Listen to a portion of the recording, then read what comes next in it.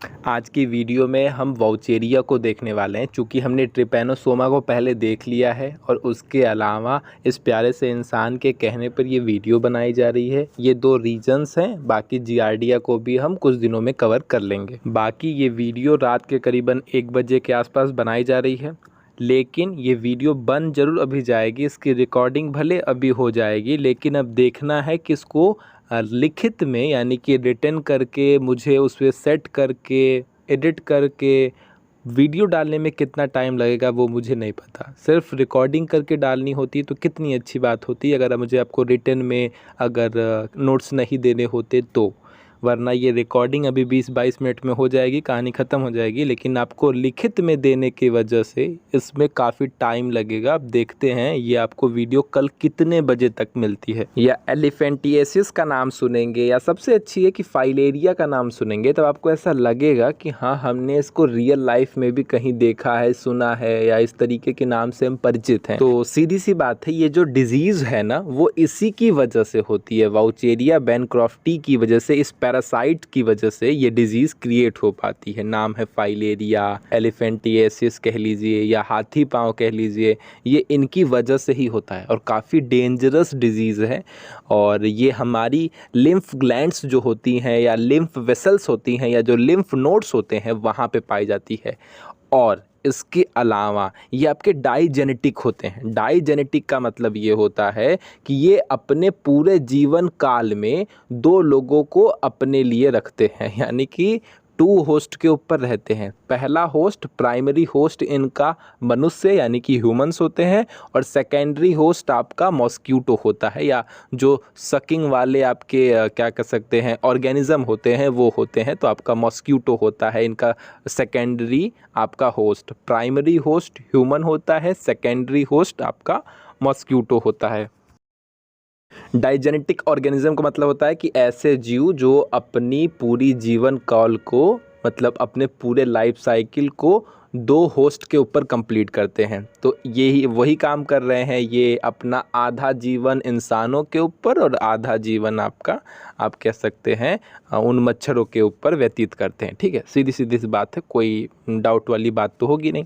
बाकी ये phylum Nematoda से बिलोंग करते हैं और इनको डिस्कवर करने वाले जो साइंटिस्ट थे उन्हीं साइंटिस्ट के नाम को ही इनके ऊपर रख दिया गया या उनके सम्मान के लिए ये नाम इनके ऊपर ही रख दिया गया था। उनके साइंटिस्ट के नाम थे जोसेफ बैनक्रॉफ्टी और सेकंड थे आपका डॉक्टर ऑटो वाउचर। ठीक है, तो वहीं से वाउचेरिया और बैनक्रॉफ्टी नाम पड़ गया। सीधी सीधी बात है, ये काफ़ी डेंजरस इन्फेक्शन फैलाते हैं। रीज़न ये है कि जो ये इन्फेक्शन फैला रहे हैं और ये मोटा मोटा पाँव हो जाता है, जहाँ जहाँ भी लिम्फ ग्लैंड्स या लिम्फ नोड्स पाई जाती है उन सभी जगहों पर ये आपके देखने को मिल जाते हैं, क्योंकि ये वहीं पर रहते हैं।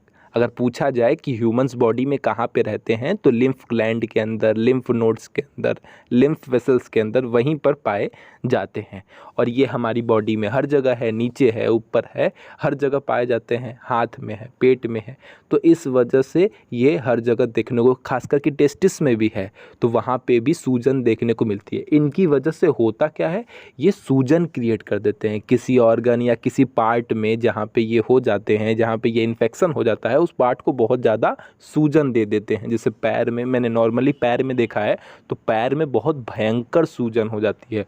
और जब मैं इस वीडियो को बनाते दौरान कुछ इमेज देख रहा था और ख़ासकर इसके टेस्टिस वाले जो हमने इमेज देखे हैं जो हाइड्रोसील कहा जाता है, वो इस कंडीशन में तो बहुत ही ज़्यादा मतलब इतना ख़राब कंडीशन है कि आप समझ नहीं सकते हैं। और मतलब किस हालत में वो टेस्टिस वो किस हिसाब से इतना ज़्यादा फूल जाता है, या पैर वाली ही कंडीशन वो इतनी गंदी कंडीशन हो जाती है जिसकी आप कल्पना नहीं कर सकते।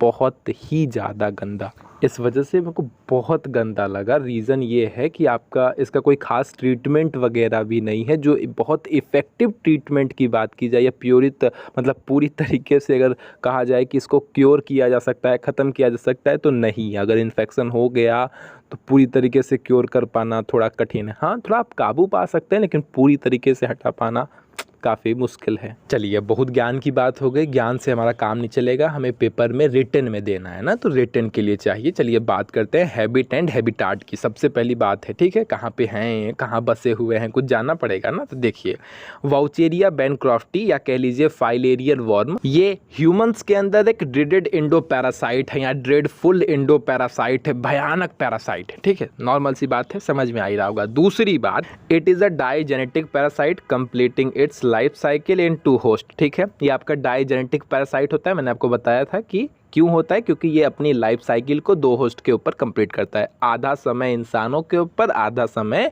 मच्छर के ऊपर, ठीक है। The final host is man harbouring the adult one, while the intermediate host आपका ब्लड सकिंग इंसेक्ट, यानी कि आपका फीमेल मॉस्क्यूटो हो गई, और उसकी जीनस जो होती है आपकी क्यूलेक्स, एडीज, एनाफिलीज, इस तरीके के जो उसकी जीनस के मच्छर होते हैं उनके ऊपर ये रहता है या उनके अंदर रहता है और इनकी काटने से फैलता है, ठीक है। अब इनके काटने से फैलता है तो आप ये मत समझ लिया कि हर एनाफिलीज़ या एडीज़ मच्छर के काटने से फैलता है। जो एनाफिलीज़ या जो मॉस्क्यूटो का मच्छर किसी इन्फेक्टेड पर्सन को काट ले जिसको वाउचेरिया बैनक्रॉफ्टी वाले डिजीज़ हो, ठीक है, उनको काट लेने के बाद अब वो किसी नॉर्मल इंसान को काटेगा तो उससे फिर वहाँ पे वो डिजीज़ फैल जाएगी। ऐसे मच्छरों के द्वारा फैलता है, ना कि हर जो आपके एनाफिलीज़ एडीज़ मच्छर हो गए वो इस तरीके की डिजीज़ को फैलाते हैं, ऐसी कोई बात नहीं है। जब किसी इन्फेक्टेड पर्सन को काट लेगा और फिर जाके किसी अच्छे इंसान को काट लेगा तब ये फैलाते हैं, ठीक है, बात समझ में आ गई। अगली लाइन है आपका, adult worm live coiled up in the lymph glands, lymph nodes या lymph passage of man the where they often obstruct the flow of lymph. ये जो एडल्ट वर्म है वो क्वाइल्ड के फॉर्म में आपकी लिम्फ ग्लैंड्स में, लिम्फ नोड्स के अंदर आपका प्रेजेंट रहते हैं, ठीक है। और जहाँ पे ये करते क्या हैं, ये लिम्फ के फ्लो को ना ऑब्स्ट्रक्ट कर देते हैं, उसको रोक देते हैं या उसके फ्लो को आसानी से होने नहीं देते हैं। उसी की वजह से सूजन क्रिएट हो जाती है, वो पर्टिकुलर पार्ट सूजने लगता है, फूलने लगता है। बात समझ में आई? वो सूजन क्यों क्रिएट होती है? तो वो लिम्फ के फ्लो को रोक देती है, उसकी वजह से सूजन क्रिएट होने लगती है। बात आप समझ गए होंगे। अगली लाइन देखते हैं। ये हमें पता चला कि ये कहाँ पे प्रेजेंट रहते हैं, तो मैंने आपको बहुत पहले ही बताया था कि हमारी लिम्फ ग्लैंड्स के अंदर, लिम्फ नोड्स के अंदर वहीं पे पाए जाते हैं, इसमें कोई डाउट है ही नहीं, मैंने आपको बहुत पहले बता दिया था। और जो उसका लार्वा होता है वो हमारे जो ब्लड होते हैं उसमें रहता है। मान लीजिए जो हमारी स्किन की सबसे निचली लेयर है या उसके पास वाली लेयर है वहाँ पर रहता है दिन के समय में, मतलब रात के समय में, और दिन के समय में थोड़ा हमारे ब्लड के डीप वेसल्स में चला जाता है, ठीक है, कि जब कभी मच्छर काटे तो वो उस मच्छर के अंदर चला जाए। इसी तरीके से वो अपना होस्ट चेंज करता है, इंसानों के अंदर से मच्छर के अंदर जाता है। ये सब अभी आगे आपको बताया जाएगा, यहाँ पे उतना खास जानने की जरूरत नहीं है। बस ये समझिए कि लार्वा को माइक्रोफाइलेरिया के नाम से जाना जाता है, ये भी आप समझते रहिएगा, ठीक है। और ये हमारी पेरिफेरल ब्लड में और इसके अलावा जो हाइड्रोसील फ्लूइड होते हैं वहाँ पे भी पाया जाता है। सीधी सीधी बात है, समझ जाइए। अब जरा सी बात इसके डिस्ट्रीब्यूशन कर लेते हैं। तो अब जान लीजिए ये भारत में, वेस्ट इंडीज, चीन, जापान और इस तरीके के देशों में पाया जाता है। मतलब ट्रॉपिकल, सब ट्रॉपिकल, हर कंट्रीज़ में ये देखने को मिलता है। सीधी सीधी बात है, यहाँ पे लिखी हुई है, या इसमें क्या ही टाइम वेस्ट करना, आप देख के पढ़ सकते हैं, ठीक है। अब जरा इसके आगे चलते हैं। अब बात आई इनकी मार्फोलॉजी की, ठीक है, मार्फोलॉजी भी पूछा जाता है। सीधी सीधी बात है, मार्फोलॉजी यानी कि उसकी बनावट। देखिए एडल्ट कैसा होता है समझिए। These are long hair like transparent translucent thread like worm with smooth cuticle and tapering ends, ठीक है। हेयर लाइक स्ट्रक्चर होता है, ट्रांसपेरेंट होते हैं, ट्रांसलूसेंट होते हैं, थ्रेड लाइक यानी कि वही आप कह सकते हैं पतली धागे नुमा संरचना के जैसे ये कीड़े होते हैं। स्मूथ क्यूटिकल होती है और टेपरिंग एंड्स होते हैं, यानी कि कह सकते हैं नुकीले एंड्स होते हैं। नुकीले नहीं देख रहे हैं, आपको फिगर देखने पे भी समझ में आ रहा है कि नुकीले एंड्स होते हैं, ठीक है, सीधी बात है। These are filiform and cylindrical in shape with both ends tapering. Cylindrical shape में होते हैं और दोनों साइड के जो सिरे हैं वो नुकीले हैं, आँख से दिख भी रहा है, कोई नई बात नहीं है। In these male and female reproductive organ are found in different animals. और इनमें मेल एंड फीमेल के जो रिप्रोडक्टिव ऑर्गन है वो अलग अलग पाए जाते हैं, ठीक है, यानी कि ये बाइसेक्सुअल होते हैं, ठीक है, दे आर बाइसेक्सुअल, यानी कि द्विलिंगी होते हैं। अलग अलग जो उनके रिप्रोडक्टिव ऑर्गन होते हैं, यानी कि सीधी सी बात है, मेल अलग होता है, फीमेल अलग होता है। इसी इसी वजह से आप कह सकते हैं कि इसमें सेक्सुअल डायमॉर्फिज्म पाया जाता है। यानी कि सेक्सुअल डायमॉर्फिज्म का मतलब ही होता है कि जिसमें हम बाहर से ही देख के ये अंतर बता दें कि भैया तुम मेल हो और तुम फीमेल, तुमको पता नहीं चल रहा है। इसमें पता चल जाता है उसके स्ट्रक्चर को ही देख के। जो आपका मेल होता है वो थोड़ा सा कर्व होता है, इस तरीके से बेंड रहता है, थोड़ा कर्व रहता है, घूमा हुआ रहता है, नीचे से मुड़ा हुआ रहता है उसका साइड, इस वजह से पता चल जाता है। और जो फीमेल होती है वो नॉर्मल होती है, आपको फिगर में देखने से भी समझ में आ रहा होगा। और इसके अलावा भी एक तरीका है कि जो फीमेल होती है वो लार्जर होती है, मेल थोड़ा उससे छोटा होता है। फीमेल हर कंडीशन में लार्जर रहती है, फीमेल हमेशा से बड़ी रहती है और मेल आपका थोड़ा छोटा रहता है। लेंथ की बात की जाए तो फीमेल 60 to 100 mm के आसपास होती है, चौड़ाई 0.25 mm के आसपास होती है, जबकि मेल के लेंथ की बात की जाए तो वो 40 mm के आसपास और चौड़ाई 0.1 mm के आसपास। ठीक है, बाकी इनमें माउथ पाया जाता है लेकिन होठ नहीं पाया जाता है। क्या मतलब इनके एंटीरियर पार्ट में माउथ पाया जाता है लेकिन उसके ऊपर लिप्स नहीं रहते हैं। ठीक है, होठ नहीं पाया जाता है। The head and is slightly enlarged, यानी कि जो इनका सर वाला पार्ट है वो थोड़ा नुकीला होता है, लंबा होता है, आप कह सकते हैं। ठीक है, इनलार्ज होता है स्लाइटली, हल्का सा। ठीक है, कि वही पुरानी लाइन जो मैंने आपको बताई, the posterior end of the female is straight, narrow and pointed. ठीक है, जो आपका फीमेल का पोस्टीरियर एंड यानी कि पिछला सिरा होता है वो स्ट्रेट, थोड़ा नैरो होता है, पॉइंटेड होता है यानी कि पतला और नुकीला होता है। The posterior end of the male is bent, जबकि जो आपका मेल का पोस्टीरियर एंड होता है यानी कि पिछला सिरा होता है वो बेंट होता है, मुड़ा हुआ होता है या कर्व्ड होता है। ठीक है, घुमा हुआ होता है।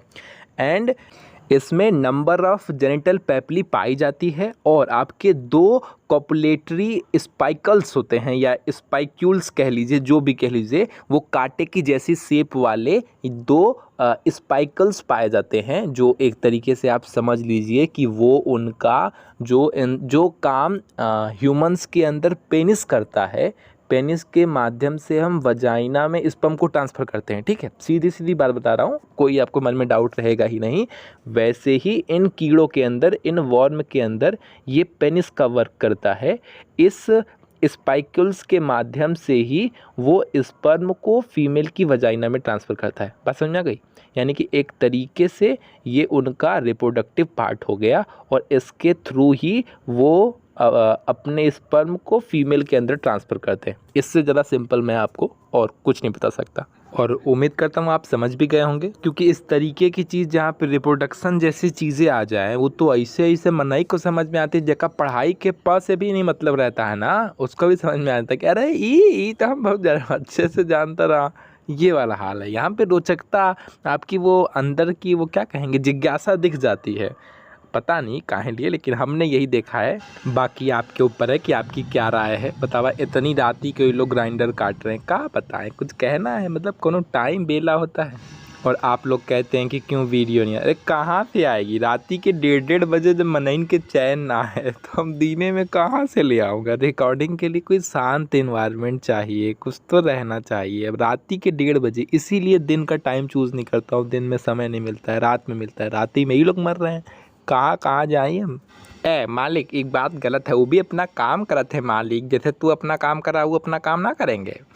हाँ ठीक है, लेकिन क्या करें, भावनाओं में बह जाते हैं, इधर उधर चले जाते हैं, माफ़ करिएगा। ये चलते हैं आगे। मैंने आपको दिखा दिया, ये रहा फिगर। इस फिगर में ये जो कांटे जैसे शेप जैसे 2 आकृति दिख रही है ना, यही है आपके स्पाइकल्स या स्पाइक्यूल्स, जो भी पढ़ना है पढ़ लीजिएगा। ठीक है, और इसके माध्यम से वो अपना ट्रांसफ़र करने का, स्पर्म ट्रांसफ़र करने का काम करते हैं। ठीक है, चलिए आगे देखिए। Males and females remain coiled together usually in the abdominal and inguinal lymphatics, या आप कह सकते हैं यहाँ पे लिम्फ सिस्टम या लिम्फ नोड्स जो होते हैं, जो भी आप कह लीजिए, इन द टेस्टिकुलर टिश्यू। यहाँ पे कहना ये चाह रहा है कि ये जो मेल्स एंड फीमेल्स हैं ये क्वाइल्ड रहते हैं, एक दूसरे में ना ऐसे कुंडली के फॉर्म में ऐसे ऐसे मिक्स रहते हैं। क्या कहेंगे, क्वाइल्ड मतलब समझ रहे हैं ना, जैसे कुंडली के रूप में एक दूसरे से चिपके हुए होते हैं। ठीक है, और ये आपके एब्डोमिनल में, लिम्फेटिक सिस्टम में और टेस्टिकुलर जो टिश्यू होते हैं वहाँ पे आपके पाए जाते हैं। ठीक है, बाकी लास्ट लाइन की बात की जाए, the adult worm leave for many years ठीक है, कई सौ सालों तक, ऐसा कहना गलत हो जाएगा, लेकिन कई सालों तक जी सकते हैं, कई दशकों तक, यानी कि 10 से 15 साल या उससे भी ज़्यादा टाइम तक जीवित रह सकते हैं एडल्ट।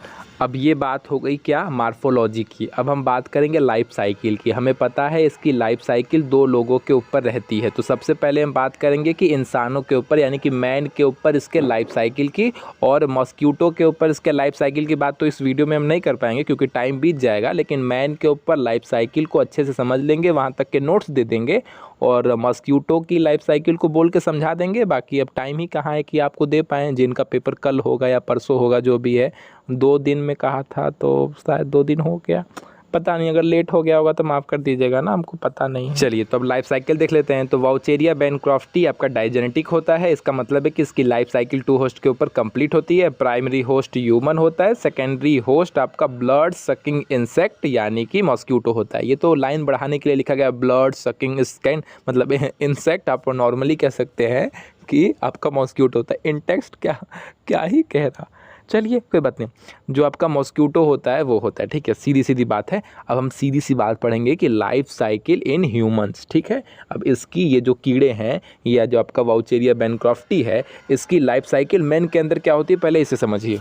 सबसे पहली लाइन है कि this cycle is also known as a human phase. वैसे टर्टर इसको हिंदी में नहीं लिखा है भैया, कहाँ गया रहा वो, काहे मालिक हम भूल गया रहा, लेकिन ऐसे भी मैं नहीं टैलेंटेड है, पढ़ के समझ जाएंगे कि क्या लिखा है। आप बोल दीजिए, वैसे भी समझ जाएंगे कि ये क्या कहना चाह रहा है कि ये जो साइकिल है इसको हम ह्यूमन फेज के नाम से जानते हैं, बस क्या ही कहना है, इसमें छोटी सी तो बात थी।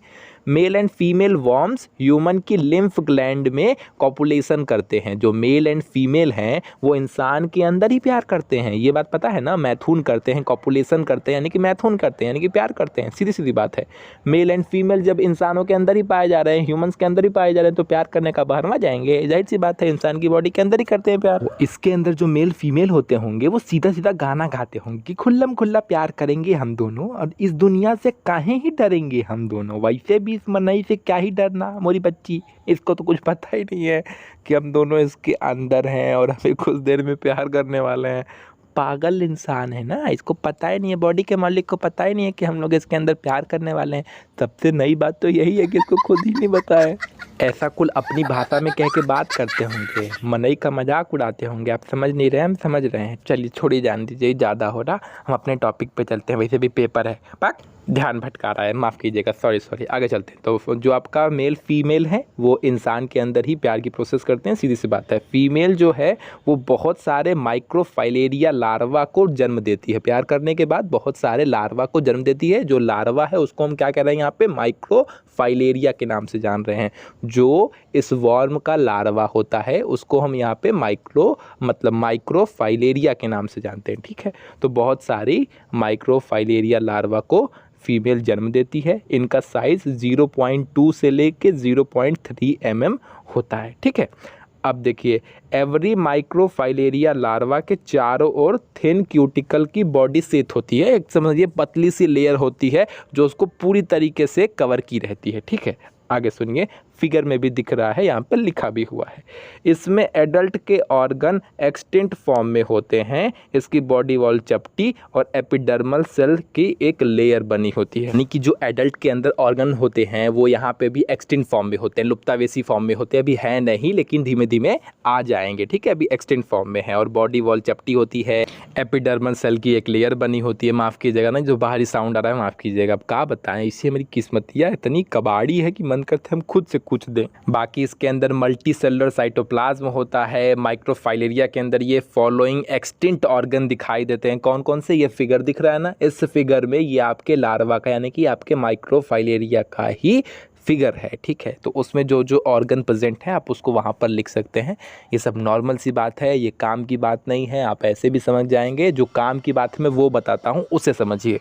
बाकी ये सब ऑर्गन उसके अंदर दिखाई देते हैं। ये रहा फिगर, इसमें दिख भी रहा है, तो मैं एक बार पढ़ दे रहा हूँ। Oral stylet, nerve ring band, excretory pore, renette cells, 4 large germinal cells, future anus, inner cell mass, somatic cell mass, इस तरीके के और भी नाम आप देख सकते हैं, यहाँ पे आप देख के ऐड कर लीजिएगा, ठीक है।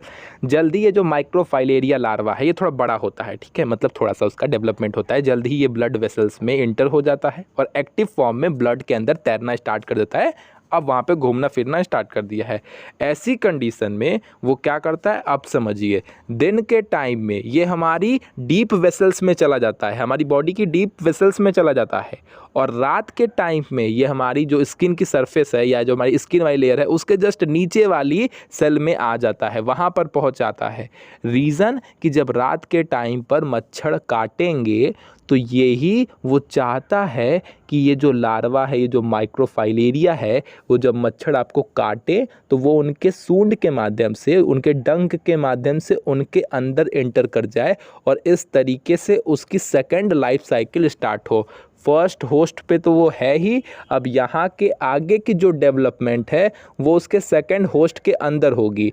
इसके ज़्यादा डेवलपमेंट इसमें नहीं होता है, इंसानों में नहीं होता है, इसके आगे की डेवलपमेंट उसकी मच्छर के अंदर ही होगी। तो इसी वजह से वो मच्छर का वेट कर रहा होता है कि कब मच्छर जानू हमको काटे और हम उसके अंदर पहुँचे। तो समझिए इनके इस तरीके की नेचर की ही वजह से ये नॉकटर्नल पीरियोडिसिटी को शो करते हैं, ठीक है, या डायर्नल पीरियोडिसिटी को शो करते हैं।